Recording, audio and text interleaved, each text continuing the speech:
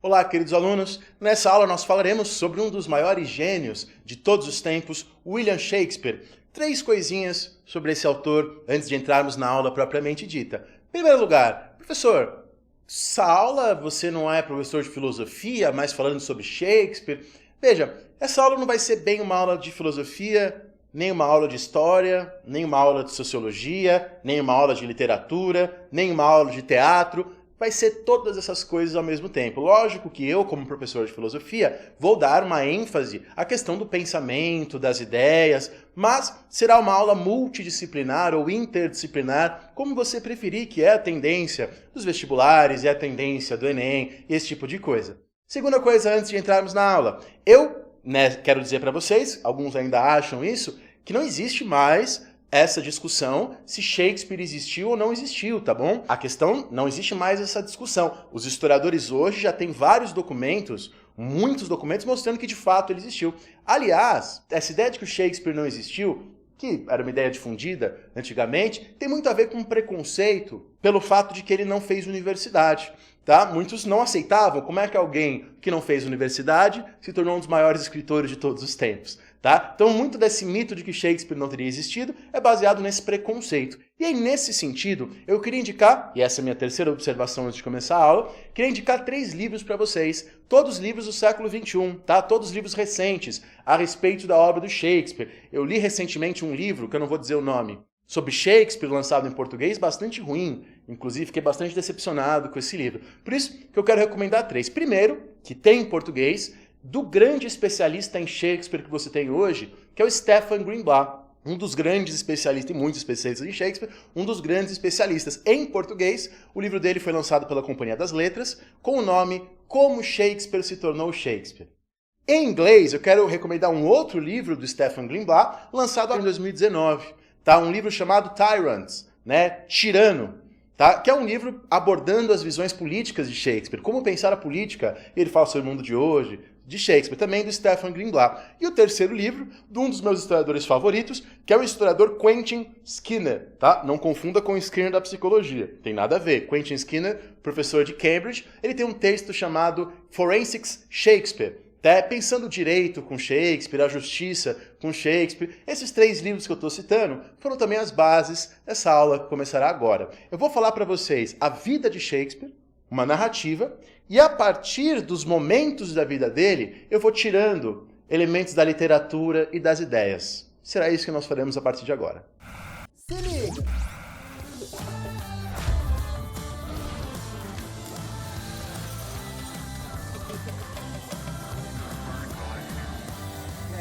História. William Shakespeare era um homem de uma cidade provinciana, Stratford, uma cidade do interior, um homem sem formação universitária, um homem que não era exatamente pobre, mas de maneira alguma era rico. Como é que esta pessoa, ao mudar-se para Londres, conseguiu se tornar um dos maiores escritores de todos os tempos? Tá? Se aposentou com pouco mais de 50 anos, tá? Quer dizer, largou seus trabalhos no teatro, escrevendo e interpretando peças. Com pouco mais, ele parou primeiro de interpretar, ele parou mais jovem, mas parou de interpretar, depois parou de escrever peças. Com pouco mais de 50 anos, se retira na sua cidade e logo morre como investidor de terras, né? O Shakespeare tinha muitos investimentos. Quer dizer, como é que isso é possível? O Shakespeare fala dos reis, dos nobres, mas ele também fala das pessoas, do cotidiano, dos populares. O Shakespeare brinca com a linguagem erudita. Várias palavras e expressões da língua inglesa são invenções do Shakespeare. Vou colocar aqui até uma lista para vocês saberem, vou colocar aqui uma reportagem aqui embaixo com uma lista. Então, várias expressões são dele. Ele mexe com a linguagem erudita, ele muda a história do inglês, mas ele também fala da maneira popular, ele também brinca, ele também usa palavrões. Como que isso é possível? Na época da Rainha Elizabeth I, que é quando ele escreveu a maior parte das suas peças, na época da Rainha Elizabeth I, a última Tudor, e depois no comecinho do governo de Jaime I, James I, o primeiro Stuart, da dinastia Stuart na Inglaterra. Então, ele escreve nesse período, e nesse período tinha pessoas que escreviam closet dramas, quer dizer, textos de teatro feitos para serem lidos individualmente e calados e escondidos. Shakespeare de maneira alguma faz isso. Ele chega a atrair de 1.500 a 2.000 pessoas por dia para suas peças. tá? Coisa que hoje seria fantástico. E ele consegue fazer no século XVI. Ele atinge tanto os mais ricos quanto os mais pobres. Como que isso é possível? Quem foi William Shakespeare? Antes de eu iniciar na vida do Shakespeare, uma observação muito interessante. Na época de Shakespeare, no século XVI, os artistas que iam interpretar uma peça de teatro não recebiam a peça inteira. E por que eles não recebiam a peça inteira? Para não acontecer do artista receber a peça inteira, lá o artista recebe o Hamlet para interpretar, e ele, sei lá, vende a peça, distribui. Então, cada artista recebia um role, um papel, onde só tinha suas próprias falas. Aliás, é por causa disso que a gente chama a interpretação do artista de papel, de role, por causa dessa prática. Então ele recebia lá um rolo com um papel, com aquilo que ele ia falar, e ele não tinha acesso à peça. As peças só eram vendidas e comercializadas quando esses produtores das peças, que eram chamados na época de poetas, né, como eram chamados os dramaturgos, então os poetas, que eram aqueles que escreviam as peças, que nem sempre interpretavam, então os poetas eles só vendiam as suas peças quando eles precisavam de dinheiro. Tá? Não precisando de dinheiro para isso, não estando nessa necessidade, eles preferiam não vender as suas peças, e ao não vender as suas peças, eles preservavam para que as pessoas tivessem a experiência ali do teatro. Agora, aí você me pergunta, professor, se isso acontecia então, quando Shakespeare morreu, não tinha as obras completas de Shakespeare. Não havia naquela época, olha como uma época diferente, né? Essa preocupação em preservar a obra do autor. Então as peças do Shakespeare poderiam simplesmente ter desaparecido. Pelo menos a maior parte delas poderia ter desaparecido. Acontece que 2 sócios de Shakespeare, 7 anos após a morte do autor, decidiram juntar as peças deles. E quando juntaram as peças deles, fizeram uma organização, e essa organização da peça é chamada First Folio. Agora você está vendo aí uma imagem. A imagem que você está vendo é uma gravura que está na primeira página desse First Folio. Essa gravura foi feita poucos anos após a morte do Shakespeare. Então, acreditamos nós que esta gravura satisfez, né? Foi suficiente para satisfazer as pessoas que conheciam Shakespeare. Então, tendemos a acreditar que nesse desenho é mais ou menos como Shakespeare era. Então, essa organização das obras do Shakespeare foi feita por 2 velhos amigos e sócios dele, John Hemingway e Henry Condell. Tá? Isso foi feito em 1623, tá? E eles dividiram as peças do Shakespeare aí em comédias, peças históricas e tragédias. Veja, o próprio Shakespeare não fazia essa divisão entre comédias, peças históricas e tragédias. Isso foi feito após a morte do Shakespeare. Então, não fosse essa organização, teremos perdido muitas das obras de Shakespeare. William Shakespeare era filho de John Shakespeare e Mary Shakespeare. Os avós de Shakespeare eram yeomen. Yeomen eram esses produtores ingleses independentes, pessoas que têm as suas próprias terras. Ao longo da Idade Moderna, quando os camponeses vão perdendo as suas terras, que é o que o Marx lá chamava de acumulação primitiva de capital, quando isso acontece, esses yeomens somem da Inglaterra, desaparecem da Inglaterra. Mas, na época do Shakespeare, ainda existiam esses pequenos e médios proprietários ingleses que eram os yeomen. Então ele era dessa família, ele era neto de yeomen. O pai de Shakespeare, John Shakespeare, era basicamente um comerciante de luvas. Trabalhava na área de luvas, mas ele também acumulou vários cargos públicos. O John Shakespeare chegou a ser fiscal do pão e da cerveja, tá? Naquele livro que eu mostrei para vocês no começo da nossa aula, daquele historiador, aquele texto Como Shakespeare se tornou Shakespeare, ele mostra toda a documentação que fala sobre isso. Então, o pai de Shakespeare foi fiscal do pão e da cerveja, o pai de Shakespeare chegou a ser bailiff, que seria mais ou menos prefeito de Stratford, teve vários cargos públicos na cidade. E o Shakespeare, nesse sentido, estudou numa escola que era uma escola gratuita. Era uma escola, a princípio, antigamente, era da Igreja Católica. A Igreja Católica tinha algumas escolas gratuitas. Só que, como teve na Inglaterra a Reforma Anglicana, como Henrique VIII, rei Tudor da Inglaterra, rompeu com a Igreja Católica, esta escola católica já havia se tornado uma escola protestante, a King's School. Então ele estudou nessa escola, quando era criança, uma escola gratuita. O pai de Shakespeare assinava, tem essa documentação, o pai de Shakespeare assinava com uma rúbrica. Tal que significa que provavelmente ele não era alfabetizado, ou no mínimo era semi-alfabetizado.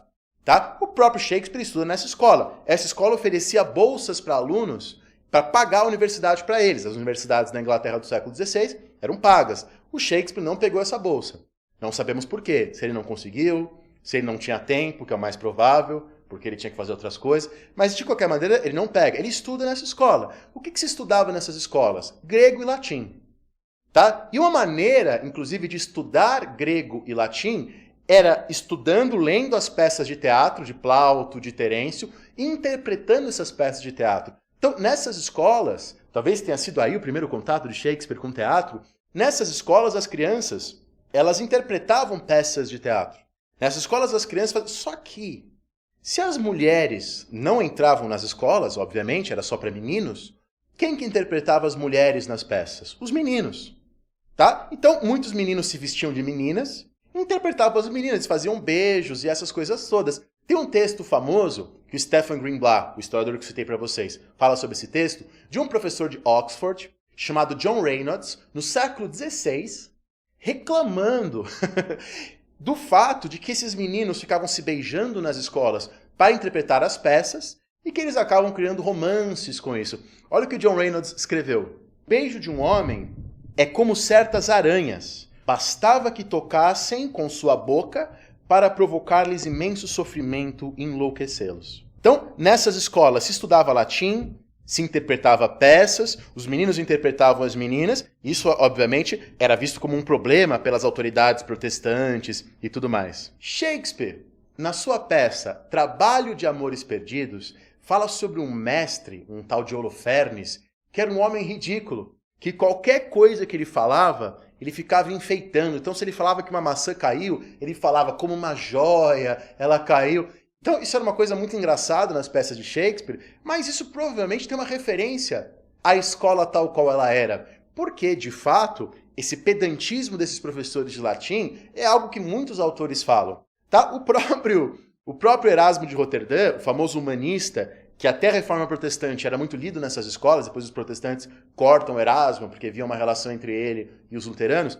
Então, de alguma maneira, o próprio Erasmo de Roterdã tinha textos no qual ele falava 150 maneiras diferentes de falar uma mesma expressão em latim. E esse tipo de coisa era ridicularizado pelas crianças, que faziam trocadilhos, que faziam brincadeiras. Isso aparece nas peças do Shakespeare. Tem uma outra peça que ele mostra o seguinte diálogo. A peça é a peça As Alegres Comadres de Windsor. Foi oferecida à própria Rainha Elizabeth I. Nessa peça, o Shakespeare mostra um diálogo muito engraçado.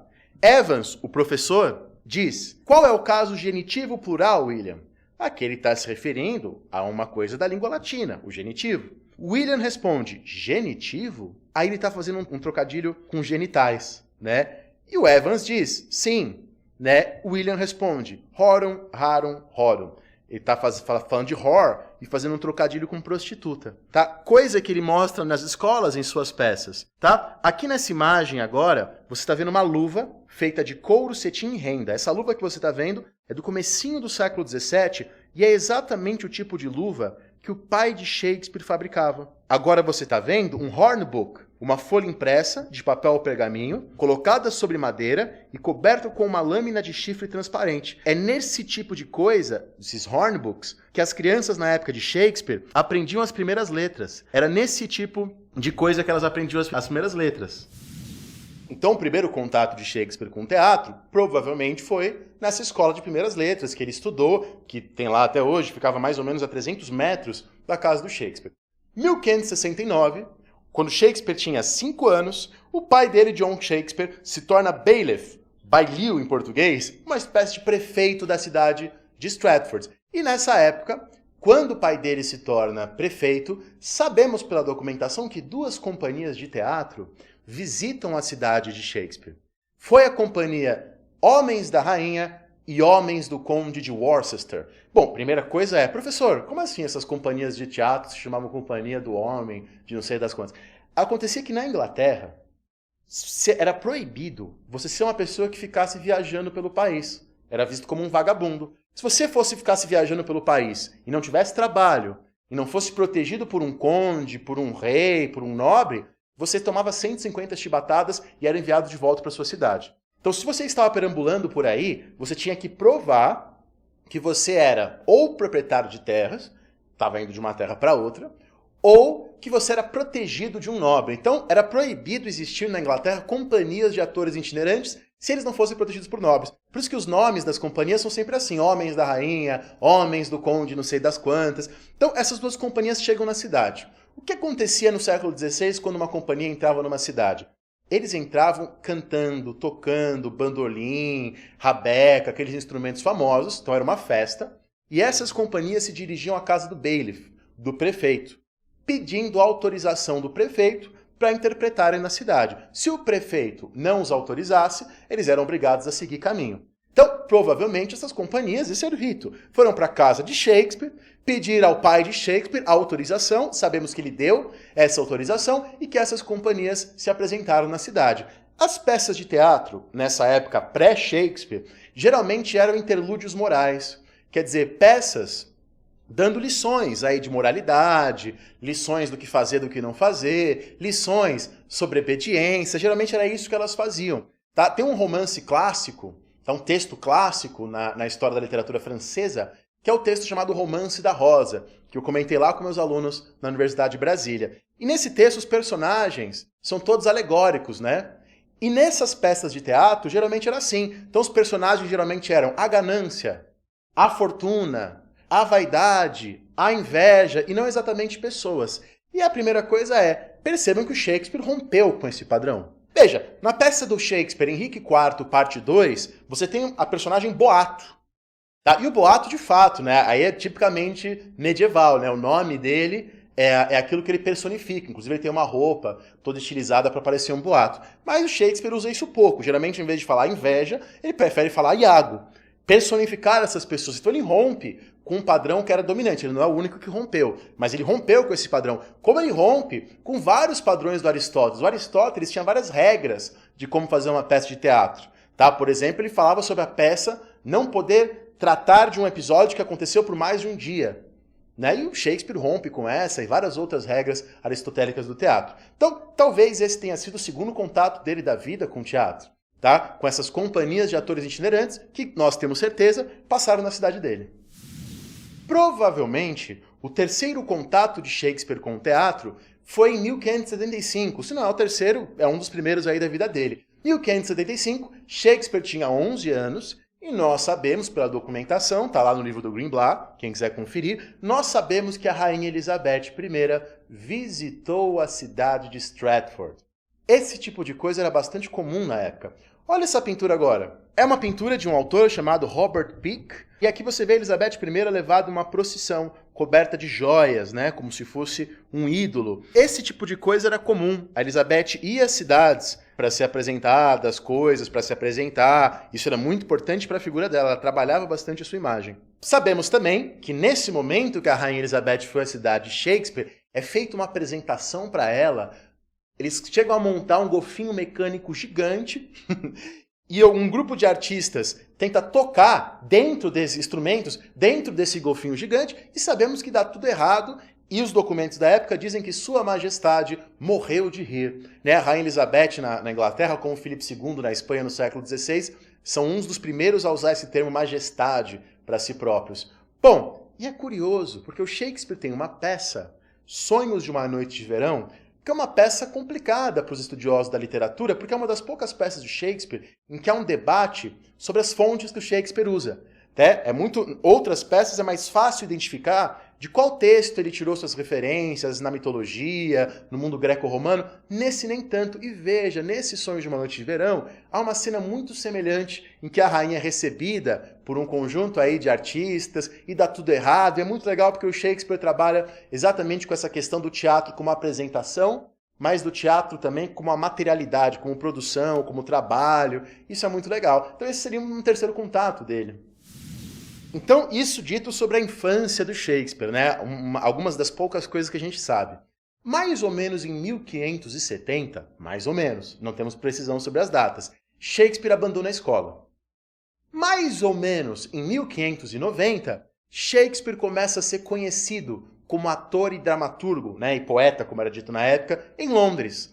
O que acontece nesse meio tempo? Entre 1570 e 1590, com certeza, é quando ele aprendeu a ser ator, aprendeu a tocar instrumentos, aprendeu a arte do teatro. Agora, o O que aconteceu nessa época? Esses anos, entre 1570 e 1590, são os chamados anos perdidos do Shakespeare. São os anos mais obscuros, sobre os quais não sabemos quase nada. Contudo, temos uma evidência. O pai do Shakespeare, como eu já falei para vocês, tinha uma loja de luvas. E foram encontradas luvas com textos assinados por Shakespeare. Tá? Aliás, um pequeno parênteses. Não havia nessa época, isso é um grande problema para os historiadores, essa obsessão em escrever o nome certinho. Então, se você pegar os registros de batismo e tudo mais, você vai ver Shakespeare escrito de várias maneiras, como Shakespeare, né, com X, como Shakespeare, né? Há várias maneiras de escrever Shakespeare que eram escritos nos registros, os filhos do Shakespeare, de batismo, e isso é uma coisa normal na época, não havia essa obsessão pelo nome correto, que tem também a ver com o grau de alfabetização da época, são coisas difíceis para a gente que vive hoje, né? Só abrindo um outro parênteses, o Sérgio Buarque de Holanda, que fala sobre isso, tem muita gente que fala assim, os portugueses chegaram no Brasil antes de 1500. Muitas dessas afirmações são baseadas em documentos nos quais algumas pessoas de Portugal dizem assim, estive no Brasil, né, estive naquela região, 30 anos atrás, e 30 anos atrás era 1490. Só que o Sérgio Buarque de Holanda, foi o nosso maior historiador, ele diz assim, nessa época as pessoas em geral não sabiam a propriedade. Claro que os reis tinham uma contagem um pouco mais precisa, mas as pessoas comuns não sabiam a sua idade direito, às vezes não sabiam escrever o próprio nome direito, tá? Era muito comum, acontecia das pessoas fugirem da sua cidade, do seu país, fugirem da família porque não aguenta mais a família, e uma outra pessoa se passar por aquela pessoa anterior e as outras pessoas não perceberem isso. Quer dizer, o conceito de identidade, esse é meu ponto aqui.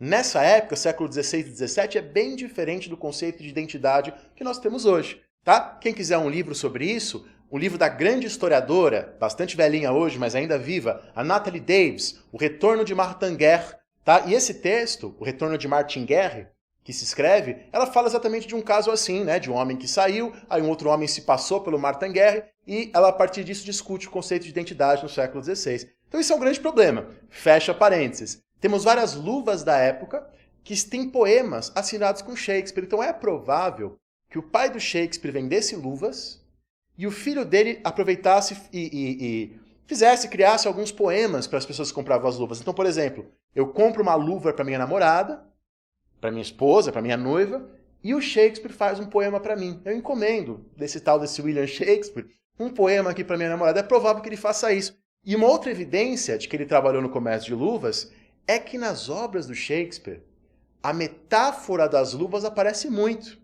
Tá? Ele fala, por exemplo, em alguns dos seus textos, de cheiro de luva. Só sabe o que é um cheiro de luva quem conhece bastante esse meio. Romeu e Julieta, né? Eu caio como uma luva para você, né? Um serve como uma luva, funciona como uma luva para outro. Então, ele tem vários textos falando sobre o cheiro de luva, cair como uma luva, sobre o próprio trabalho com couro, que também ele parecia conhecer muito bem. Bom, tem evidências de que ele nesse período trabalhou com luvas. Mas aí você diz, mas professor, como é que ele passou do comércio de luvas para o teatro? Sabemos que nesse período aí, nesse período que nós chamamos os anos obscuros de Shakespeare, que não sabemos muitas coisas sobre eles, de 1570 a 1590, sabemos que nesse período o pai de Shakespeare enfrentou muitos problemas. Perdeu muito dinheiro, não chegou a ser miserável, mas perdeu muito de sua fortuna. O pai de Shakespeare era um grande investidor, investia muito em negócios imobiliários.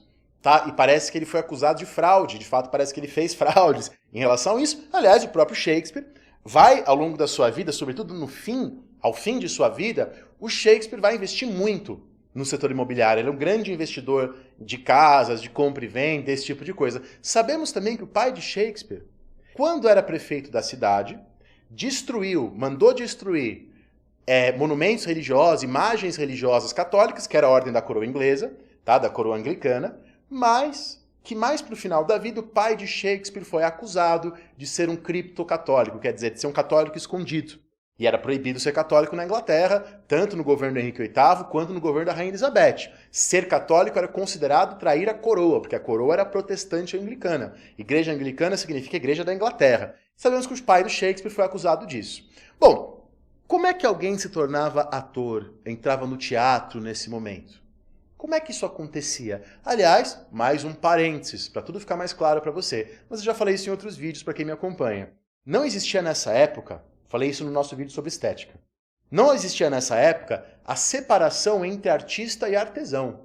Tá? A palavra arte tinha o significado de artesanato. Tá? Então, aqueles que produziam esculturas, pinturas, eram vistos como artesãos, trabalhadores manuais. Isso é uma coisa importante para você entender a mentalidade da época. Bom, se eu sou um jovem e eu quero me tornar ator, eu tenho que entrar nessas companhias de teatro. Então eu vou lá e peço para ser um aprendiz. E nesse período que eu sou aprendiz, eu não posso casar. Nesse período que eu sou aprendiz, eu não posso ter filhos.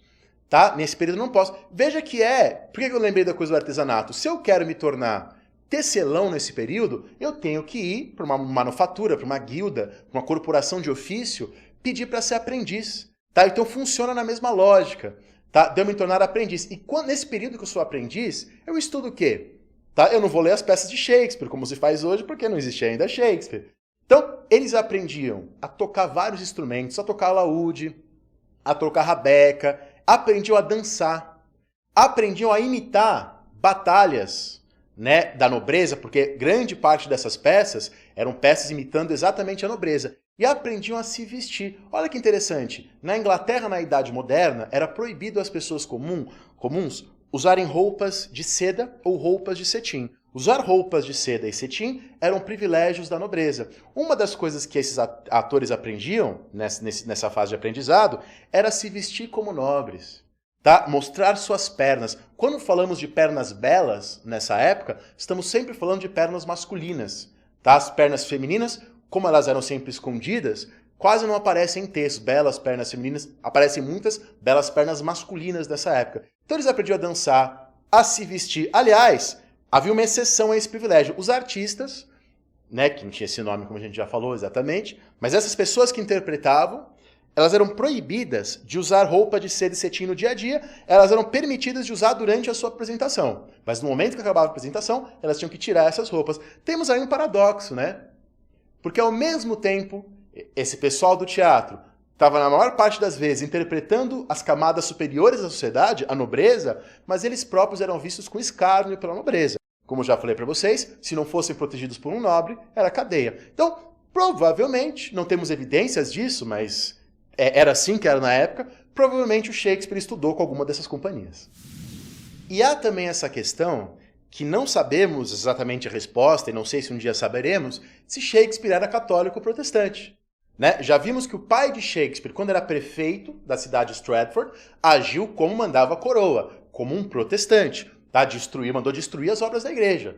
Tá? A Inglaterra, parênteses só para vocês, na época, ela vivia uma situação de grande instabilidade, porque o Henrique VIII, segundo rei da dinastia Tudor, cria a igreja anglicana, o filho de Henrique VIII, Eduardo, mantém, que o sucede na coroa, mantém a igreja anglicana, mas depois a outra filha, que sucede o Eduardo, Maria Tudor, conhecida como Maria a Sanguinária, Bloody Mary, a Maria Sanguinária, retorna ao catolicismo e queima protestantes na fogueira, né? Há um texto da época de um autor chamado John Foxe, tá? Há uma historiadora lá da Universidade de Brasília, no mestrado, que estuda inclusive esses textos do John Foxe, que fala sobre isso. Depois que a Maria Tudor morre, vem a Elizabeth I, a última rainha Tudor, e restaura a igreja anglicana. Estou falando isso rápido para você pensar como a coisa era na prática. Na prática, isso significava nas igrejas assim: tira a cruz, tira os monumentos, tira as imagens de Maria, depois coloca de novo, voltamos a ser católico, depois tira de novo. Isso era uma realidade na Inglaterra dessa época.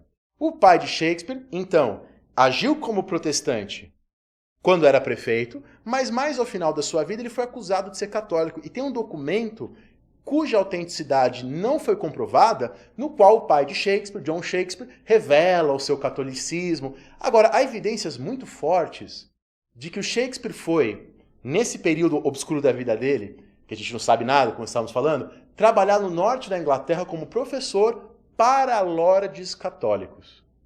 E talvez seja nesse período que ele estudou teatro, porque também estavam lá um grupo de artistas, de atores, que depois serão os homens do Lord Camerlengo, que é exatamente a companhia na qual Shakespeare trabalhará. Então é muito provável que é nesse momento que ele vai trabalhar como professor ao norte, que ele tenha entrado no teatro e conhecido pessoas com as quais depois ele trabalhará em Londres. Tá? E eram pessoas católicas, né? O norte da Inglaterra o catolicismo será mais forte, né? Será mais difícil de entrar o pensamento protestante. Há uma peça do Shakespeare que ele fala algumas coisas, vamos ler. Na peça O Rei João, ele fala, eu vou deixar aí para vocês em inglês no original para vocês lerem, mas eu faço uma rápida tradução. Eu não posso, cardeal, dar a você um nome, te fornecer um nome tão ridículo e sem valor, sabe? Eu não posso pensar num nome como esse nome aí, que é o nome de Papa. Então, nesse texto, nessa peça Rei João, ele pensa no nome de Papa como uma resposta, né, de um nome totalmente sem valor. Agora, isso está numa peça. Não significa que o Shakespeare pensa isso mesmo. Isso não prova nada sobre o pensamento de Shakespeare. A questão é que não sabemos, tá? A questão é que o que nós sabemos é que na época da Rainha Elizabeth, a perseguição aos católicos fica mais forte. Agora você está vendo uma imagem de Edmund Campion, um retrato de 1581. Ele foi um homem enforcado e esquartejado diante da multidão por ser católico, tá? Depois ele foi canonizado pela Igreja Católica. Então, a Rainha Elizabeth, por mais que ela tenha sido mais ou menos tolerante no começo, ao longo do seu reinado ela recrudesce, né? Ela aumenta a perseguição aos católicos, sobretudo após um grupo de jesuítas, fizeram uma missão secreta no governo da Rainha Elizabeth e esse tipo de coisa. De qualquer maneira, ao longo da sua vida, Shakespeare agiu de acordo com a igreja oficial. Se ele era um católico no seu íntimo, nunca saberemos, mas ele seguiu a igreja oficial, a igreja estabelecida, a igreja do Estado, que era a igreja anglicana. Ele era um conformista, portanto, na sua vida cotidiana. Bom, sabemos que quando Shakespeare tinha 18 anos de idade, ele se casou com Anne Hathaway, que tinha, por sua vez, 26 anos, era mais velha que ele e estava grávida. Então, sabemos que, então, aos 18 anos, ele estava em Stratford. Então, já teria passado pela sua formação no teatro e esse tipo de coisa, se é que ele passou mesmo, a gente não sabe. E ele se casa com a Anne Hathaway, isso daí está documentado, isso nós sabemos com certeza. Aí você me pergunta, professor, Shakespeare amou a sua esposa? Nós sabemos muito bem que a ideia de casar por amor é uma ideia que ganha força, sobretudo, no século XIX. Tá? E é por isso que vem a separação cresce também e é legalizada lá por esse período, porque se cria a ideia de que o casamento é um espaço de felicidade. Você casa para ser feliz, tá? Portanto, se você não é feliz, o casamento deixa de fazer sentido. Na Idade Moderna, como também na Idade Média, a função do casamento é outra. Durante a maior parte da sua vida adulta, Shakespeare morou em Londres. Só que a sua esposa e a sua família não foram para Londres, ficaram em Stratford também. Nossa, professor, então ele abandonou a família a maior parte da vida? Sim, só que isso era comum na época. E é comum em épocas posteriores. Esse ano, quando eu estava dando aula para a formação de diplomatas, eu li uma biografia do Bismarck, de um autor chamado Alan Palmer. E ele fala a mesma coisa, como o Bismarck, aquele que foi primeiro-ministro da Alemanha, que ajudou a fundar a Alemanha, etc., com o Bismarck passou a maior parte da sua vida morando nos centros urbanos, né, em Berlim, em outros lugares, e a família ficava lá, no interior, onde ele tinha suas propriedades. Então, esse tipo de coisa era comum. Vamos ler um trecho da peça Henrique IV. O casamento forçado não passa de um inferno. Tempo de discórdia e contínua discussão, enquanto seu contrário traz felicidade e é um modelo de paz celestial. Ao longo das peças de Shakespeare, só tem 2 casais de pessoas casadas mesmo que dão certo. Que é o casal do Hamlet, Gertrudes e Cláudio, e o casal de Macbeth. Só que o casal de Macbeth é um casal completamente perturbado, tá? Então veja, nesse texto ele fala mal dos casamentos arranjados. Nas suas peças, os casamentos quase nunca dão certo. O casal da Lady Macbeth e do Lord Macbeth é um casal perturbado. Veja, acontece uma profecia. Tá, o Lord Macbeth recebe uma profecia, o que seria talvez uma profecia, o que também é uma coisa que não é esclarecida, a gente já fala disso daqui a pouco, e vira a mulher do Lord Macbeth e diz, Are you a man? Né? Você é um homem? Você é um homem de verdade? Tá? E ele fala, ouso tudo que é próprio de um homem, quem ousar mais do que isso, não é. Né? Já caiu no vestibular esse trecho. Quem ousar mais do que isso, homem não é. Ela duvida da masculinidade do marido, quer dizer, ela manipula psicologicamente o marido, ela explora as inseguranças do marido e a partir disso ele fica inseguro e mata o rei, enfim, e aí a história se desenvolve. Então é um casal perturbado e que os dois se manipulam e acabam muito mal. Então o casamento não costuma aparecer de maneira muito positiva na obra do Shakespeare. Quando Shakespeare morre, ele deixa quase toda a sua fortuna para uma de suas filhas e no testamento de Shakespeare ele deixa para Anne Hathaway apenas uma coisa. O quê? A segunda melhor cama, não é nem a melhor cama, é a segunda melhor cama. Tudo bem, aí podemos fazer um contraponto. Pelas leis inglesas, pelo menos 1/3 da propriedade de Shakespeare já passaria para Anne Hathaway. Então, provavelmente, ele que era um homem rico ao final da vida, um investidor e tal, sabia disso. Por isso que ele deixou a segunda melhor cama. Ou talvez fosse, de fato, uma relação estranha que ele tinha com a esposa dele. Vamos ler um soneto do Shakespeare agora. Nesse soneto, é o soneto 145 de amor. É o único soneto do Shakespeare feito em octassílabos, sendo todos os outros em decassílabos. Diz o Shakespeare, esses lábios que a mão do amor criou. Eu odeio, e esse ódio ela arremessou, e salvou-me a vida, dizendo, mas não a ti. Professor, por que você está mostrando esse poema? Não tem nada a ver esse poema. Mas veja, a segunda frase do poema em inglês fica assim, I hate from Hathaway. Hathaway, a mulher dele, Anne Hathaway. Talvez uma referência a como ele odeia a própria mulher. Talvez seja isso esse texto. Agora, quando Shakespeare refere-se ao jovem conde de Southampton, um conde bastante jovem, bastante bonito, inclusive, de acordo com as pinturas e com os textos da época, ele se refere a ele de uma forma bastante diferente. Esse conde era um jovem rico, amante do teatro, financiador e protetor das artes e das letras. Olha como Shakespeare fala sobre ele. Aliás, vamos antes ver uma pintura desse autor. Vamos ver uma pintura desse nobre. Aqui a pintura dele é uma pintura de 1603, tá? Atribuída a um tal de John de Critz. Então, nos sonetos que o Shakespeare faz para esse jovem, ele o chama de Master Mistress of My Passion. Traduzindo, Senhor, Senhora de minha paixão. Quando ele fala sobre esse jovem, ele fala que é um jovem belo, voluntarioso, mas que se consome na vida de solteiro, pintando a idade com a beleza, pintando a idade dele com a sua beleza.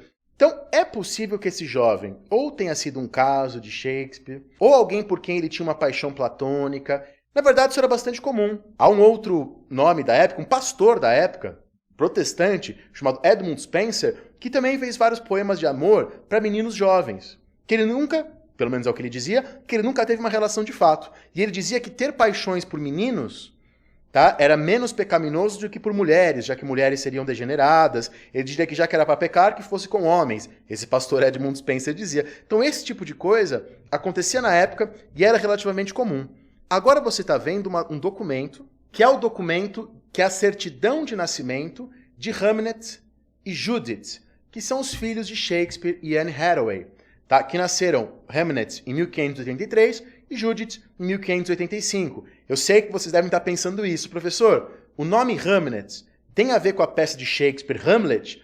O Hamlet vai morrer jovem e a peça Hamlet é escrita pouco depois, mas não vi nenhum autor fazendo uma relação de alguma maneira que tenha me convencido até hoje. O que nós sabemos com certeza é que Hamlet e Judith, o nome dos filhos de Shakespeare e Anne Hathaway, eram na verdade os nomes dos vizinhos deles.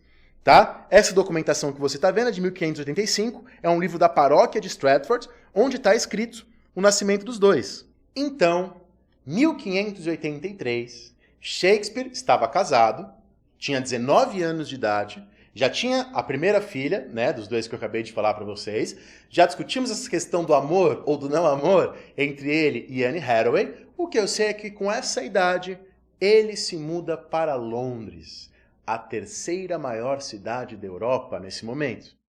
Tá? Nesse momento ele se muda para... Por que ele se mudou para Londres? Aí, de novo, ninguém sabe direito. Tem gente que diz que ele estava fugindo da justiça. Tem gente que diz que ele foi seguir uma companhia de homens do teatro. Tá? Nós sabemos que a companhia de homens do teatro, de fato, passou por Stratford, e desses homens do Lord Carmelengo, que ele vai integrar depois, que ela passou por Stratford e ela estava desfalcada. Tem gente que diz que ele foi se envolver com negócios de caça. Não sabemos. Sabemos que ele deixa a família dele em Stratford, depois ele vai visitar ao longo da vida, e ele mesmo se muda para Londres. Ele tem 19 anos, ele é filho de um comerciante de luvas falido, ele não tem formação universitária, e ele se muda para essa cidade. Que cidade é essa? Shakespeare, então, se muda para Londres, né, nesse comecinho da década de 1580, que é o começo do reinado da Rainha Elizabeth. A Rainha Elizabeth está aí no seu reinado. Por exemplo, sabemos que em 1588 Tá? É quando os espanhóis tentam invadir a Inglaterra, a chamada Invencível Armada de Filipe II, que foi vencida pela Rainha Elizabeth. Sabemos que a Rainha Elizabeth vai matar sua parente, a Maria da Escócia, Mary Stuart, que era católica e vai ser acusada de bruxa. Isso vai ser importante para entender o Shakespeare. Ele se muda para Londres. Quero mostrar para você um documento agora. Dá uma olhada aí nessa ilustração. É uma ilustração de época. Ela é de 1647, então um pouquinho depois aí do Shakespeare. É a vista geral de Londres a partir do Bankside, tá? Aí você vê o Hope Theatre, tá? O Teatro Hope. Aí você vê o Teatro Globo, o Globe Theatre. Londres, nessa época, era a terceira maior cidade da Europa. Ela perdia para Paris e ela perdia para Nápoles, que eram maiores do que Londres. Londres, nessa época, os negócios do que chamaríamos hoje de entretenimento, estavam em alta. Então você tinha vários campos e lugares para você jogar boliche, arco e flecha, luta, jogos com lanças, espetáculos com touros e uma coisa bizarra, que eram os espetáculos onde as pessoas prendiam ursos, então os ursos são presos, e colocam cães atacando ursos. E as pessoas ficavam vendo os ursos sendo dilacedados por cães em teatros, tá? O nome teatro, como vocês sabem, vem dos anfiteatros romanos. Ora, essa diversão não era uma diversão lado B, né, que nem briga de galo hoje, como você pode imaginar. A Rainha Elizabeth, rainha da Inglaterra, uma das mais poderosas do mundo, levava os visitantes estrangeiros para ver os espetáculos de ursos sendo atacados por cães. No texto Macbeth, o Macbeth diz: devo lutar como se eu fosse um urso. E a referência é aos jogos de urso que eram populares na época. Mas a questão é, no momento em que o Shakespeare chega, não existia o teatro como a gente entende hoje, né? Com uma estrutura própria, separada. Um marco na invenção daquilo que a gente chama de teatro, porque existia a comédia dell'arte, né? Essas coisas, os teatros interpretados na rua, essas companhias de homens, que eram companhias de 6 a 12 homens, que ficavam perambulando pela Inglaterra, como a gente já falou para vocês. Mas um grande marco na história do teatro moderno é o ano de 1567, quando 2 homens fundam um teatro. Vamos ver mais um documento, mais uma gravura de época, mostrando um teatro da época de Shakespeare. Esse é o desenho do Swan Theatre, do Teatro Swan. Este desenho é de 1596 e foi feito por um matemático chamado Johannes de Witt. E ele mostra mais ou menos como era o teatro na época. Então, o primeiro teatro desse estilo que foi criado em Londres foi criado em 1567 por um mercador chamado John Brain. Então o teatro nasce como um investimento da burguesia. Um mercador, John Brain, que era sócio de um outro mercador chamado James Burbage. Professor, por que essa informação é importante? Porque o filho de James Burbage vai ser um ator famoso, primeiro a interpretar Hamlet na história. Então esses mercadores, esses investidores burgueses, criam a primeira casa de espetáculos da cidade, a Red Lion. E eles chamam de teatro em referência aos anfiteatros greco-romanos, que tinha essa estrutura que vocês estão vendo aí.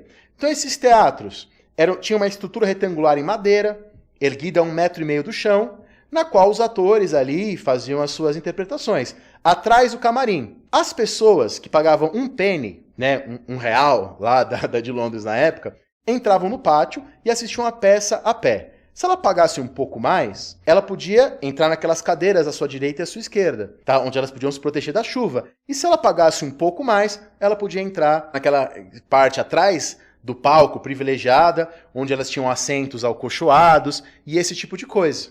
Então veja, nesse contexto do século XVI e começo do XVII, de uma Londres cheia de espetáculos de diversão, do que chamaríamos hoje de entretenimento, veja, financiados por comerciantes, então já eram negócios. Então, o teatro ali foi criado, aquela estrutura, a primeira daquele tipo que a gente conhece, foi criada a partir de um investidor. Então, isso está vigorando na cidade. E não é à toa que com a ascensão do calvinismo, com a ascensão dos protestantes, desde a fundação desses primeiros teatros modernos, os protestantes já começam a fazer pregações contra. Olha essa pregação. Um pregador chamado Stephen Gosson, junto a outros como John Northbrook, diziam o seguinte para as moças: vá ao teatro, moça, se quiserdes aprender a ser falsa, prostituta, estuprar, trair, adular, mentir, jurar, repudiar, matar, envenenar, desobedecer a príncipes, dissipar fortunas, mergulhar na promiscuidade, pilhar e espoliar cidades, vagabundear, blasfemar, cantar canções sujas, falar palavrões ou ser orgulhoso, orgulhosa. Então veja, já nessa época havia uma grande propaganda desses grupos religiosos mais radicais contra o teatro, que eles viam como perdição. Nos textos do Calvino, nas ações do Calvino, que é contemporâneo, aí é um pouco mais jovem, as ações do Calvino condenavam, tá, o teatro. O teatro era proibido em Genebra, onde o Calvino tinha um grande poder. Tá? O teatro era proibido lá. É por isso que o Shakespeare geralmente se apresenta em Londres, porque nas regiões do interior da Inglaterra já era mais complicado. Então essa é a Londres que Shakespeare chega. Uma Londres cheia, uma Londres que era uma cidade enorme, cheia de possibilidade de entretenimento. Professor, legal, entendi. E que vão ser criados esses teatros, que é onde o Shakespeare vai se apresentar. Legal, professor, entendi. Mas o Shakespeare chega do nada, faz suas peças e fica famoso? Não. Acontece que quando Shakespeare chega na cidade, havia um grupo de meninos, a maioria entre 20 e 30 anos, que eram conhecidos como gênios universitários. A maioria deles fez universidade e não terminou. Alguns, poucos, nem chegaram a fazer universidade. Eram meninos jovens, de 20 a 30 anos, que escreviam peças de teatro e vendiam essas peças para companhias de teatro interpretarem. Tá? Esses meninos, geralmente, eles não eram atores também. Tá? Inclusive, eles tinham até muitos deles tinham um certo desprezo pelos atores. Eu faço a peça. Então, esses dramaturgos eram chamados de poetas, como eu já falei para vocês. Aí você vai ver agora uma pintura de um deles, o mais famoso. Você está vendo uma pintura de Christopher Marlowe, que era o principal deles. Era filho de um sapateiro, que virou ator e escritor, então ele, diferente dos outros, era ator também, e era o grande nome da cidade. Quando Shakespeare chega na cidade, pouco tempo depois ele escreve a peça Henrique IV, 1593. O Christopher Marlowe tinha também uma peça com o nome de Henrique IV. Então o Marlowe era rival do Shakespeare. Então, quando Shakespeare chega na cidade, esse menino que você está vendo na pintura era muito famoso. E havia vários outros como ele. Thomas Watson, Thomas Lodge, George Peele, Thomas Nash, Robert Greene, todas pessoas jovens e todos bastante subversivos. O próprio Christopher Marlowe chamava a Virgem Maria de puta, dizia que Jesus e João não eram amantes, e ele acabou morrendo esfaqueado aos 29 anos. Agora, essa é a coisa interessante. Todos esses nomes que eu falei para vocês, o Christopher Marlowe, que você vê na pintura, Thomas Watson, Thomas Lodge, George Peele, todos eles morreram jovens. Seja pelo excesso de álcool, seja pela violência, seja por brigas. Pouco tempo depois, o Shakespeare era o único desses poetas. Então, quando Shakespeare chega em Londres, havia vários como ele. Mas todos morrem pela loucura, vamos dizer assim, da vida, né? Por serem o que chamamos hoje de porra loucas, né? Uma expressão que existe hoje. E a questão é que o Shakespeare não era assim. A questão é que o Shakespeare era um homem que tinha aí uma vida bastante sóbria, tá? A começar que ele vai acumulando dinheiro com essas peças, com as suas interpretações, mas ele sempre viveu de maneira bastante modesta. Tá? Ele sempre teve uma vida bastante frugal, né? Bastante comedida. O Shakespeare morava, mesmo quando ele tinha bastante dinheiro, em cima de uma loja de perucas. Tá? Era onde ele morava sozinho. Tá? O Shakespeare sempre investiu muito. Então, quando ele vai ganhando dinheiro, ele investe. Então, diferente desses outros, ele era um homem mais comedido, mais frugal, que faz investimentos, mora numa região bastante simples. Ele entrou na companhia dos homens do Lord Carmelengo, né? Que era um lord inglês, que era o protetor dessa companhia. Mas conforme ele acumula dinheiro, por exemplo, quando foi criado o Teatro Globe, ele era dono de 10% do teatro. Tá? Esse teatro chegou a ser queimado na época do Shakespeare, né? Pegou fogo, porque ele era todo feito de madeira. Ainda na época do Shakespeare, esse teatro foi reconstruído e tem hoje lá na Inglaterra um teatro que tenta manter a mesma estrutura do Globe, que era o teatro que Shakespeare era dono de 10%. Veja aí uma foto do teatro hoje. Esse que você está vendo é o New Globe, né? O Novo Globo, o Teatro Novo Globo, uma fotografia aí de 2019. Perceba que ele tenta aí manter aquela estrutura dos teatros da época do Shakespeare. Tá? Ele ainda é de madeira, ele tem aquelas coisas que eu falei para vocês, gente em pé, gente nos camarotes. E o Shakespeare era conhecido e era alguém amado, né? Ela gostava dele pela Rainha Elizabeth I. Tá? Inclusive, a peça As Alegres Comadres de Windsor é feito a pedido da Rainha Elizabeth I. Morre a Rainha Elizabeth I Tudor, e assume um rei da Escócia, que era parente dela, de uma outra dinastia, que era o rei Jaime I, James I, que a gente traduz como Jaime I. E o Jaime gostava ainda mais do Shakespeare. E o Jaime contratou o Shakespeare. Quando Jaime I vira rei da Inglaterra, a companhia de atores da qual Shakespeare participava, e fazia as principais peças ele escrevia, e ele atuava também, se tornou a Companhia dos Homens do Rei, protegidos pelo rei Jaime I. Por exemplo, a famosa peça do Shakespeare, que tem filme também, O Mercador de Veneza, o Jaime I, rei da Inglaterra, gostou tanto que ele falou para o Shakespeare interpretar ela 3 vezes em 2 dias. Ele teve que interpretar 3 vezes a peça para o rei assistir. Tá? Isso já é no comecinho do século XVII. Tá? Isso já é nesse período em que o Jaime I é rei. Bom, uma outra coisa interessante, né, que acontece em paralelo com tudo isso que eu estou falando. O pai de Shakespeare, John Shakespeare, tentou várias vezes na vida se tornar nobre. Como assim, professor, se tornar nobre? Isso era possível? Sim. Na Inglaterra existiam meios, como na França também existia, como também na Espanha existiam meios disso acontecer, tá? Sempre que alguém falar para você que na Idade Moderna, na época chamada do absolutismo, embora esse nome seja incorreto, que nessa época não existe mobilidade social, você está sendo enganado. Bom, na época do Shakespeare, na Inglaterra da época do Shakespeare, acontecia o seguinte: se você tivesse uma certa renda e um certo prestígio, você podia ir ao colégio do Brasão de Armas, pagar uma grana, e a partir dessa grana, o pessoal inventa um passado para você. Então você é um filho de camponeses, que era o caso do pai do Shakespeare, e alguém inventa que você é descendente de nobres, inventa um passado para você. E a partir dessa invenção desse passado, eles criam um brasão de armas e você vira um nobre. Tá? Da pequena nobreza, a gentry. Tá? Os membros da gentry eram chamados de gentlemen.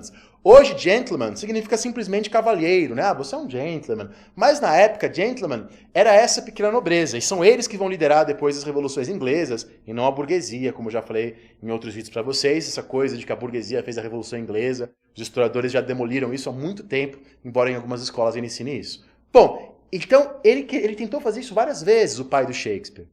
1596... o pai do Shakespeare já era meio falido, já não tinha mais renda, já não era um cara importante em Stratford, e o Colégio do Brasão de Armas aceita o pedido dele e ele entra para a nobreza. Tá? Se cria um brasão de armas, agora você está vendo aí uma imagem. Esta imagem é um desenho que os historiadores encontraram do brasão de armas da família Shakespeare. Então, eles inventam um brasão de armas e a família Shakespeare vira uma família de nobres, de gentlemen, nessa pequena nobreza. Ora, se o John Shakespeare já era falido em 1596, por que raios que o Colégio de Armas aceitou que ele entrasse para a nobreza? Porque, provavelmente, acreditamos, o filho dele, William Shakespeare, estava famoso. Então, provavelmente pela fama do filho, que o pai conseguiu colocar a família na nobreza. Como está escrito aí, está no topo desse documento que você está vendo, o lema da família Shakespeare era não sem direito, né? As famílias da nobreza, igual acontece no Game of Thrones, né? Elas tinham que ter um lema da nobreza. Agora é interessante, né? Na peça Macbeth, Shakespeare diz: enquanto não estivermos em segurança, necessário faz banharmos nossa honra nos córregos da bajulação. Na peça Noite de Reis, o Shakespeare fala sobre o ridículo dos homens que sonham ser nobre. Quer dizer, em várias peças, o Shakespeare fala sobre a bajulação, o Shakespeare fala sobre o ridículo de gente que quer ser nobre a todo custo, e era exatamente isso que a família dele vivia, isso que ele próprio vivia. E aí algumas coisas interessantes. Então, Shakespeare, mais para o final da sua vida, nós estamos avançando na vida dele, era parte da companhia dos homens do rei da Inglaterra, que era um rei proveniente da Escócia, de origem escocesa, Jaime I, que era filho de Mary Stuart, acusada de bruxa. Tá? Inclusive, ela é muito chamada de bruxa, não foi essa a acusação de sua morte, mas ela era muito chamada de bruxa, ela era católica, e a rainha Elizabeth manda matar ela, era pretendente à coroa inglesa, a mãe de Jaime I, que agora é rei da Inglaterra, e ele era da companhia dos homens desse Jaime I. Então, o Jaime I, por ser escocês e por ter toda essa história aí, ele tinha sua legitimidade bastante contestada. Tá? Se vocês quiserem ler um texto sobre a história dessa época, leiam um dos grandes historiadores ingleses, tem uma tradução em português, que é o Lawrence Stone. O Lawrence Stone fala como Jaime I, por exemplo, ele era alguém que tinha muitas relações sexuais com outros homens da corte. Isso era conhecido, isso chegou inclusive na população, que era cada vez mais protestante, né? O protestantismo calvinista, puritano, vai crescendo na Inglaterra. Então, Jaime I era um rei muito contestado. Tá? Era um rei que não aceitava dialogar com o parlamento inglês, queria governar à maneira dos franceses, tinha essa ligação com a sua mãe, e além de tudo isso, o Jaime I era um homem viciado na questão da bruxaria e da demonologia. Ele tem um texto famoso sobre a demonologia, de estudos sobre demônios e bruxas. Houve um homem na época do Shakespeare que escreveu um texto dizendo que bruxas não existem, que isso é uma invenção da cabeça das pessoas. Já tinha texto no século XVI falando isso, e o Jaime I proibiu esse texto. Para o rei da Inglaterra, Jaime I, não acreditar em bruxas era pecado. Você não acredita em bruxas, você não acredita em demônios, portanto você não acredita em Cristo. Pensava o rei Jaime I, que era oficialmente protestante. Tá? Embora muita gente desconfiava de suas inclinações católicas, mas é na época do Jaime I que Guy Fawkes, o que é conhecido por nós pela história do V de Vingança, tenta explodir o parlamento. Tá? A conspiração da pólvora foi descoberta, Guy Fawkes acaba morto, mas a grande questão é, Jaime I era alguém muito ligado nessa questão da bruxaria. Quando Jaime I foi se casar com uma princesa escandinava, o Jaime I enfrentou uma tempestade no caminho e ele escreveu várias vezes que essa tempestade foi causada por bruxas. Ele tinha plena certeza disso. Então é nesse contexto que o Shakespeare produz uma tragédia que para mim é a minha tragédia preferida do Shakespeare, que é o Macbeth. Tá? Inclusive eu obriguei os meus alunos da UNB a lerem essa tragédia. Claro que foi no final do semestre, muitos não leram, embora eu tenha pedido. Mas nessa época que o Shakespeare escreve Macbeth e muitas dessas coisas estão presentes no texto. Por exemplo, no texto há um momento que as bruxas do texto Macbeth do Shakespeare dizem assim, vamos ler. Quando nós três nos veremos outra vez, na trovoada, nos relâmpagos ou na chuva. Essa passagem é uma referência a essa tempestade que o rei achava que foi causada pelas bruxas na época do seu casamento com a rainha Ana da Dinamarca. Outro trecho agora do Macbeth. Então, está escrito assim, no intuito de conduzir-nos até a destruição, os instrumentos de Satã, do diabo, contam-nos verdades, cativam-nos com insignificâncias claramente honestas só para atrair-nos em consequências profundas. Esse, na verdade, é o principal tema do livro. As bruxas fazem uma profecia, mas ninguém sabe se é mesmo uma profecia ou se as bruxas falaram algumas verdades para induzir Macbeth a pecar. Essa é a linha do texto, essa é a grande questão do texto. As bruxas estão manipulando ou as bruxas têm poderes de fato? Agora, no texto do Jaime I, que eu falei para vocês, Demonologia, que é um texto de 1597, ele fala exatamente isso. O Jaime I fala que Satã, que as bruxas falam algumas verdades para nos induzir à mentira, fala pequenas verdades para nos induzir a grandes mentiras. Isso é muito interessante. Uma última coisa desse texto Macbeth. No texto Macbeth há um personagem que é o Banquo.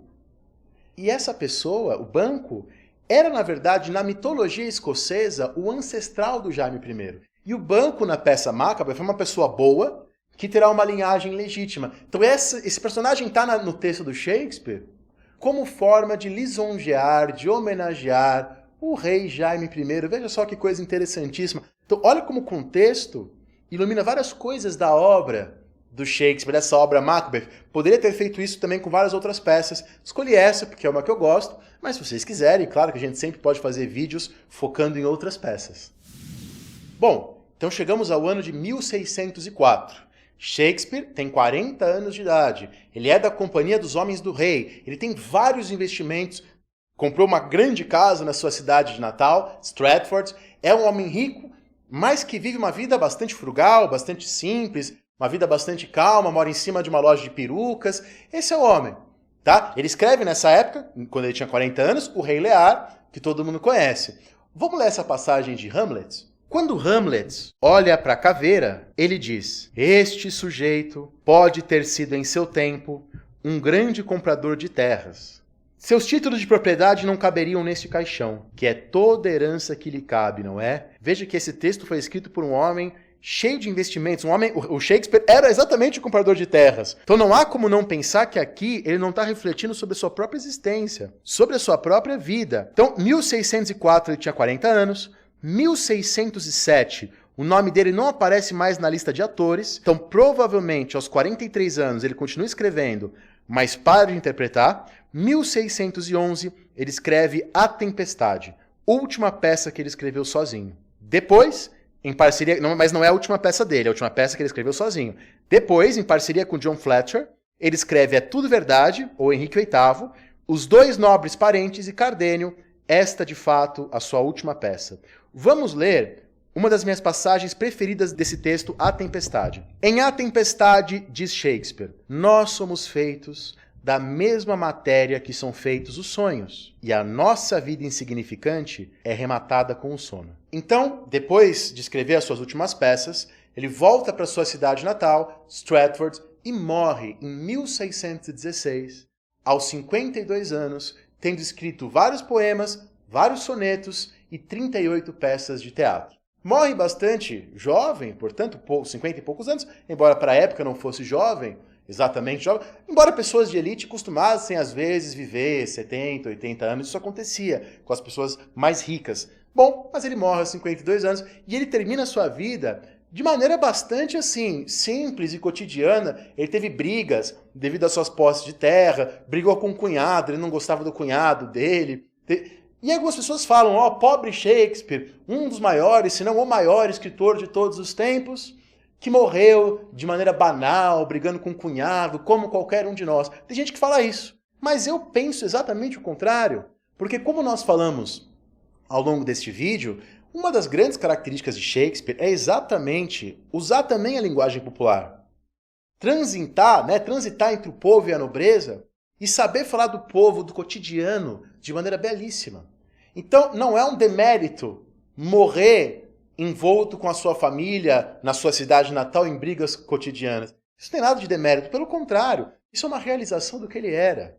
Tá? E já que a minha peça preferida é Macbeth, vou terminar essa aula com uma parte lindíssima de Macbeth. Vamos ler. A vida não passa de uma sombra que caminha. Um pobre ator que se pavoneia e se aflige sobre o palco. Faz isso por 1 hora e depois não se escuta mais sua voz. A vida é uma história contada por idiotas, cheia de som e fúria e vazia de significado. 2 coisas sobre essa passagem, né? Não é à toa que a última vez que caiu Shakespeare no Enem, caiu um trecho de Hamlet e você precisava relacionar com um pensamento existencialista, tá? Com a ideia, e aí vemos existencialismo em outros vídeos, com a ideia de que a vida não tem um significado em si, né? De que a gente constrói esse significado. Se você entrar no Teatro Globe, no Globo, que é o teatro lá que o Shakespeare teria ajudado a fundar, até hoje está lá a inscrição: um mundo todo interpreta o ator. Quer dizer, a vida como um teatro, a vida como uma representação. E o teatro como algo não exatamente separado da vida, mas como algo além disso. Convido vocês todos a lerem as peças de William Shakespeare. Espero que neste longo vídeo eu tenha despertado em você, no mínimo, a curiosidade. Muito obrigado, um grande abraço e até a próxima.